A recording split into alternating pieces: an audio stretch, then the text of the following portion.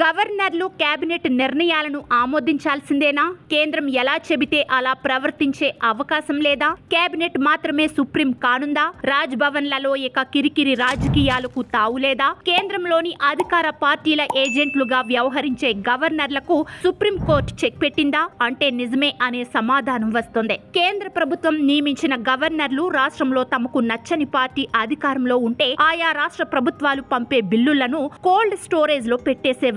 అదేమంటే వివరణలు, క్లారిఫికేషన్లు అంటూ కాలయాపన చేసేవారు. తెలంగాణలో తమిళసై సౌందరరాజన్ గవర్నర్ గా ఉన్నప్పుడు అప్పటి కేసీఆర్ సర్కార్ పంపిన బిల్లులన్నీ పెండింగ్ లో ఉండేవి. అప్పట్లో ప్రభుత్వ నిర్ణయాలన్నీ సెక్రటేరియట్ వర్సెస్ రాజ్ భవన్ లాగా సాగింది. అప్పట్లో నామినేటెడ్ ఎమ్మెల్సీల నియామకం ఫైల్ అలాగే ఉండిపోయింది. ఆర్టీసీ విలీనం ఫైల్ కూడా చివరి వరకు ఆపిన సందర్భాలు చూసాం. మరి తమిళనాడులో అయితే గవర్నర్ బీజేపీ ఏజెంట్ గా వ్యవహరించారనే ఆరోపణలు కోకొల్లలుగా వచ్చాయి. తమిళనాడు గవర్నర్ రవి బిల్లుల్ని ఆమోదించకపోవడంపై స్టాలిన్ ప్రభుత్వం విసిగిపోయి సర్వోన్నత న్యాయస్థానాన్ని ఆశ్రయించిన సంగతి తెలిసిందే. దీనిపై తీర్పు ఇచ్చిన సుప్రీంకోర్టు దిమ్మదిరిగే వార్నింగ్ ఇచ్చింది. రాష్ట్ర ప్రభుత్వాలు బిల్లులు ఆమోదించి గవర్నర్ కు పంపితే వాటిపై నెలల తరబడి నాంచివేతపై సుప్రీంకోర్టు తీవ్ర ఆక్షేపణ తెలిపింది. ఇకపై బిల్లుల ఆమోదంలో జాప్యానికి తావుండరాదని సుప్రీంకోర్టు స్పష్టం చేసింది. రాష్ట్ర ప్రభుత్వాలు పంపిన బిల్లులను గవర్నర్లు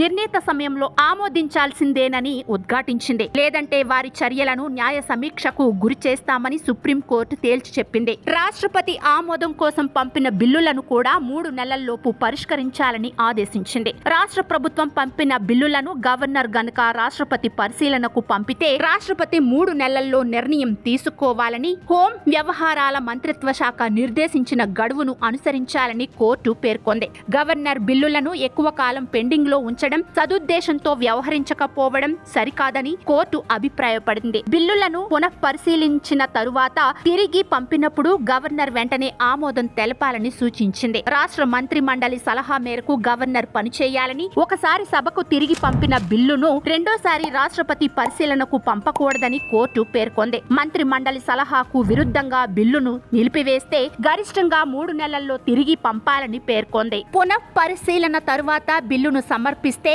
గవర్నర్ గరిష్టంగా 1 నెలలో ఆమోదం తెలపాలని కోర్టు ఆదేశించింది.